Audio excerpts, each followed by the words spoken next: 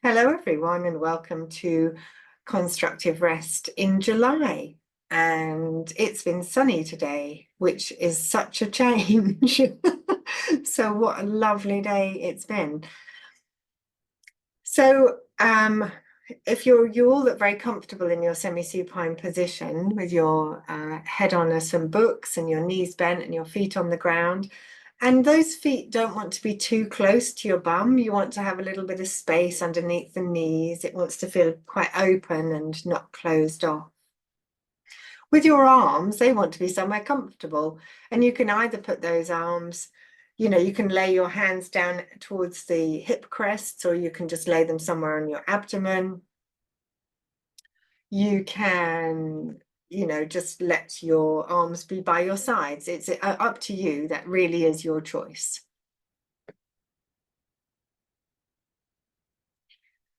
And then we're going to employ a little bit of Alexander technique directed thinking. And that's what makes the difference, because we could all just be here lying down on the floor. And that is a really lovely thing to do, especially at the end of a day.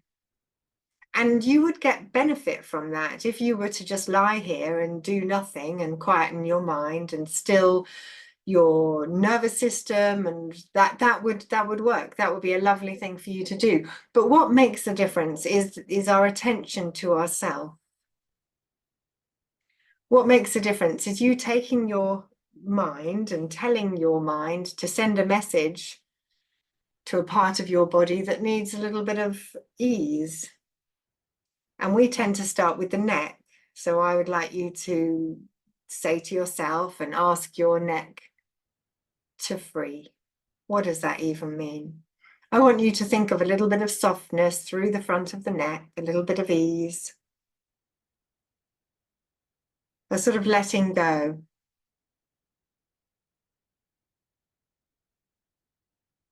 When we ask for the neck to free, when we ask for a bit of letting go, whether it's through the front of the neck or the sides of the neck, it allows the full weight of the head to rest back on your books. Your head is heavy, and your brilliant postural mechanisms they're keeping that head up all day long, but sometimes they come out of balance. And that means that the head starts to feel heavy. So I'd like you again just to say to yourself, I ask my neck to release, the jaw to release, the tongue to soften, and the tongue can rest wherever it rests within your mouth. That there's a sheet of connective tissue that starts at the tips of your toes. So say hello to the tips of your toes. Say hello to the fronts of your feet, the top of your feet. And at the moment, you can feel the underside of your feet. At the moment, you can feel the ground. And that's giving a message to your feet to release, to undo. And you're going to send a message from your brain to the tops of your feet and just say, I would like this area to soften all the way from the tips of my toes up through to the fronts of my ankles. And when your mind gets to your ankles, see if you can ask for a little bit of undoing there, a little bit of letting go, a bit of ease. And then I'd like you to think of the fronts of your shins. We're sort of mapping this sheet of connective tissue that's running up from your toes to the fronts of your ankles, and now from the fronts of your ankles all the way up your shins to your kneecaps. And I'd like you to think of it as being wider than it is, as if you've got hold of a wide paintbrush and you're painting up through the front of your shins.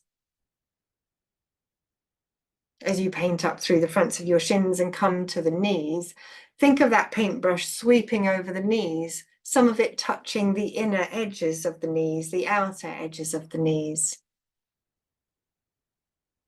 And your intention for this wide paintbrush is that it's waking up your connective tissue, allowing that connective tissue to lengthen, to become elastic. Sweeping over the tops of your knees, you're going to sweep up through the fronts of your thighs. And in the same way as we were just thinking about this wide paintbrush, slightly touching the outer edges of the knees, it's going to do the same thing on your thighs, as if the bristles of the brush are sweeping out through the outside edges of the thighs, the tops of your thighs, and the little bit to the inner thigh. And this sheet of connective tissue on the right leg and the left leg sweeps all the way up to the front of your pelvis. And in particular attaches just underneath your hip crests. Those are the front bones that protrude out at the front of your pelvis. And while you're there, while you're thinking of the front bones of your pelvis, your front hip crests, you can ask something there to let go, a sort of unlocking. And because we want to create a little bit of tone, a little bit of ease through the pelvis, we can think of those front hip crests as going away from each other, as if the front of your pelvis is widening. Thinking of that widening through the front of the pelvis. But remember that your pelvis is heavy. Let the weight of it rest on the ground. You don't need to do anything. There's nothing to do here. It's all thinking. It's about leaving things alone, about letting your body work it out.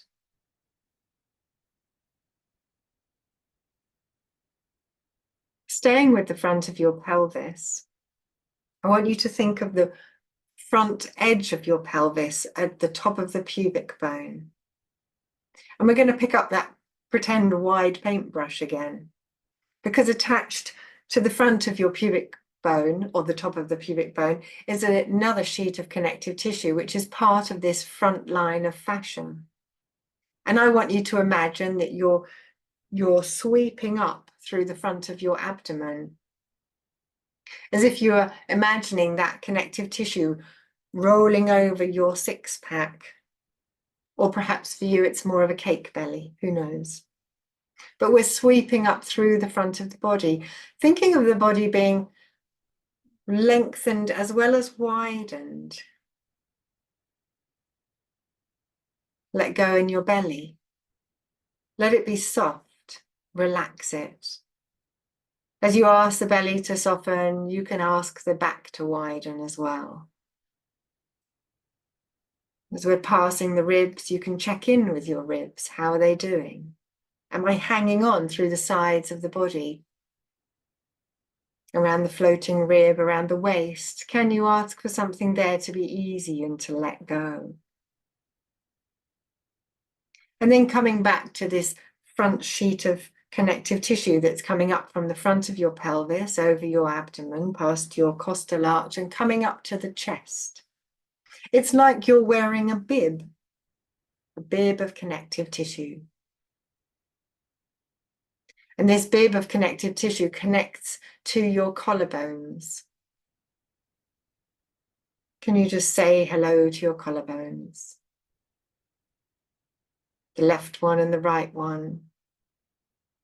And while you're there, ask the muscles around them just to tone down a little bit, to do a bit less. Ungripping through the chest, ungripping and feeling easy through the upper chest. So this bib of connective tissue that we've tracked from the front of the pelvis up through the front of your torso to your collarbones now divides. And we are going to think of one side and then the other. So say hello to your left collarbone and allow this sheet of connective tissue to sweep up the left-hand side of your neck, sweeping your thought around the back of your ear and around to the back of your head that's resting on your blocks, on your books. Take your mind back to your collarbones. Find the right collarbone. From the right collarbone, you're going to sweep your way up through the right-hand side of your neck, around the back of the right ear, around the back of your head where you meet the other side of your neck hoodie, as we like to call it.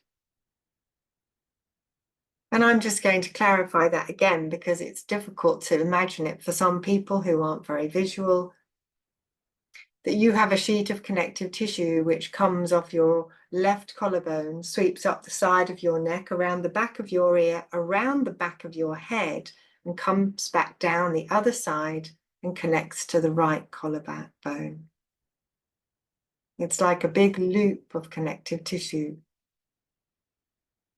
So when we ask the neck to free, when we ask the neck to release, to do less muscularly through the neck, what we're also saying is we'd like the back of our head to lengthen away from the collarbones.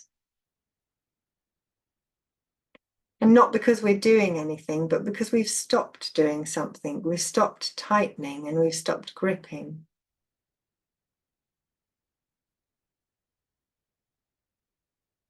And just for good measure, because it's nice to be thinking of all of the body, the whole of the self, I'd like you to think of the front of the top of your right arm away from the front of the top of your left arm, as if they were just going away from each other.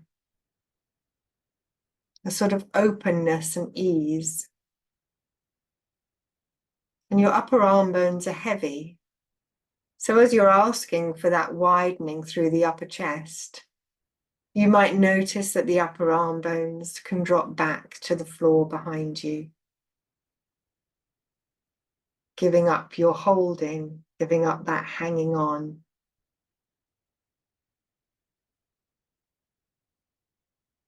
So we've just mapped what they call the superficial front line of your myofascial meridians. It's a bit of a mouthful. We've just mapped some sheets of connective tissue that we want to rest within their natural length and width, in order for us to be upright when we're standing, in order for us to lengthen our legs out if we wanted to. And if this is tight, it gets in the way of us being upright. It gets in the way of the back of our head lengthening away from the collarbones, or the back of your head lengthening away from your knees even. Let's come back to this thought of this loop of connective tissue from your collarbone on the left, sweeping around to the collarbone on the right. Just know it's there. Just accept that it's a thing. And very slowly and very gently, I'd like you to allow your head to roll from left to right. A sort of gentle easing.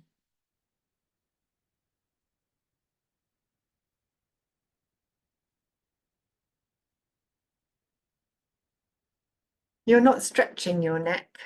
You're just allowing yourself to establish whether you've freed your neck a little bit. Does it feel easy?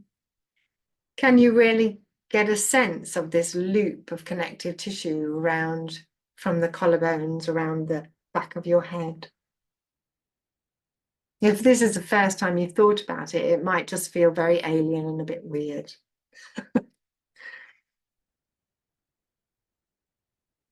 And then letting your head come back to rest, back to stillness.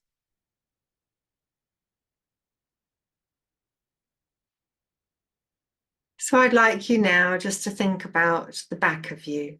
We've thought about the front of us. And now we're just going to notice the weight of the shoulder girdle resting into the ground. I'd like you to include in that shoulder girdle your upper arm bones, your left one and your right one. You might notice the weight of your elbows as they too are resting into the ground. And a really good thing to do is to ask your armpits to let go. And often it's surprising how much tension we have got in our armpits. Not just the armpits, but the rib cage that resides under your armpits. And as you ask for those armpits to release and let go a little bit, you might notice that there's a little bit more ease and movement and freedom through the rib cage, those ribs that are wrapping around you.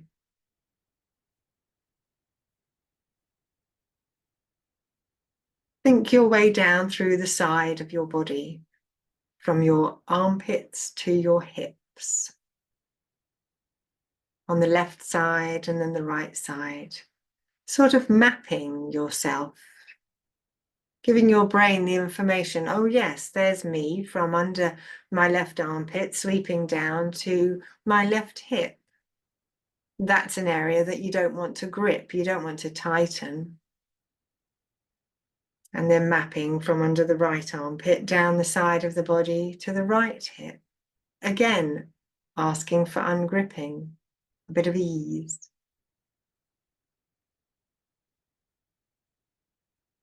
And then keep that thought of heaviness and restfulness through the shoulder girdle. That's your shoulder blades, the upper arm bones. Keep that sense of ease and resting. And add on a thought that the tops of your arms are directing away from each other, as if you're thinking yourself into width.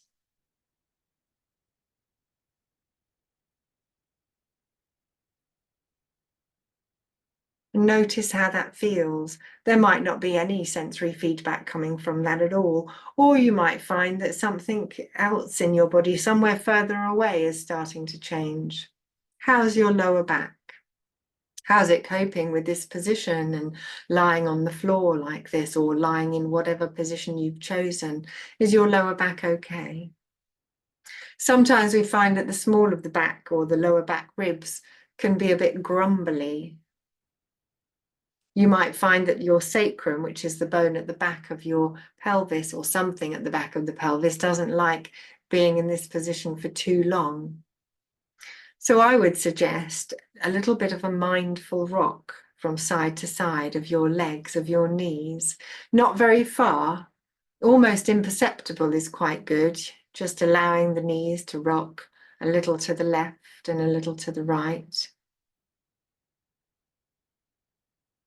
As if the heads of your thigh bones were resting back in the hip sockets and sort of moving around a bit as the knees rock from left to right.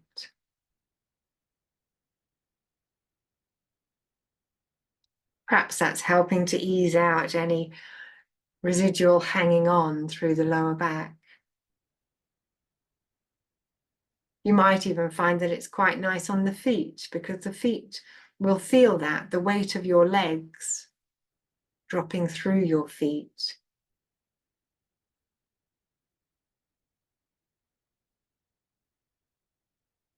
Listen to your body.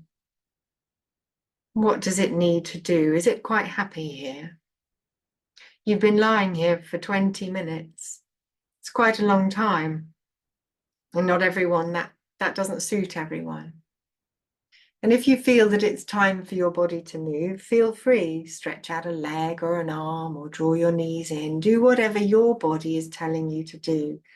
But see if you can do that, whatever it is, with a bit of a free neck,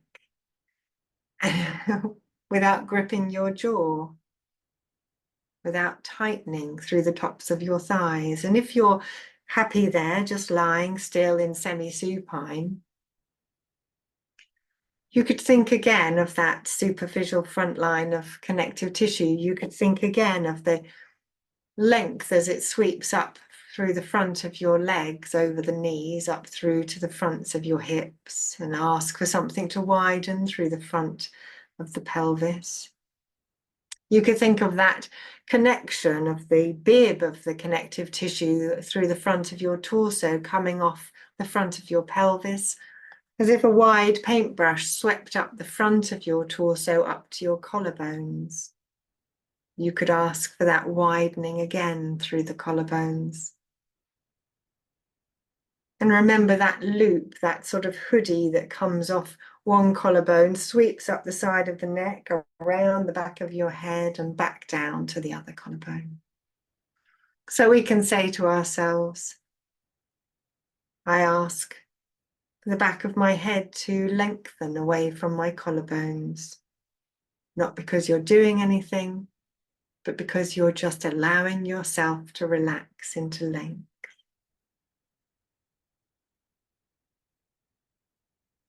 So if you're still in semi-supine, this would be an ideal moment to start just moving and telling your body that it's going to be finishing soon.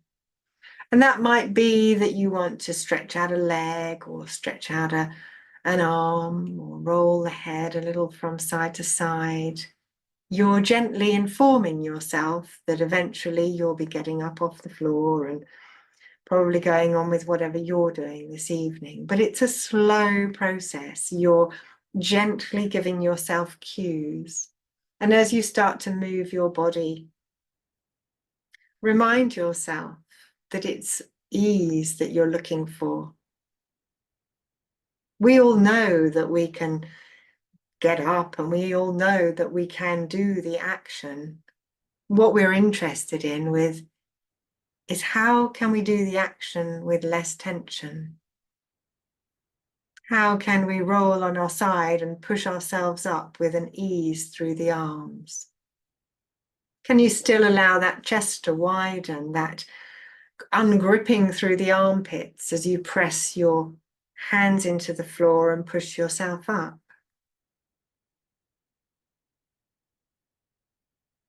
Take your time and be gentle with yourself.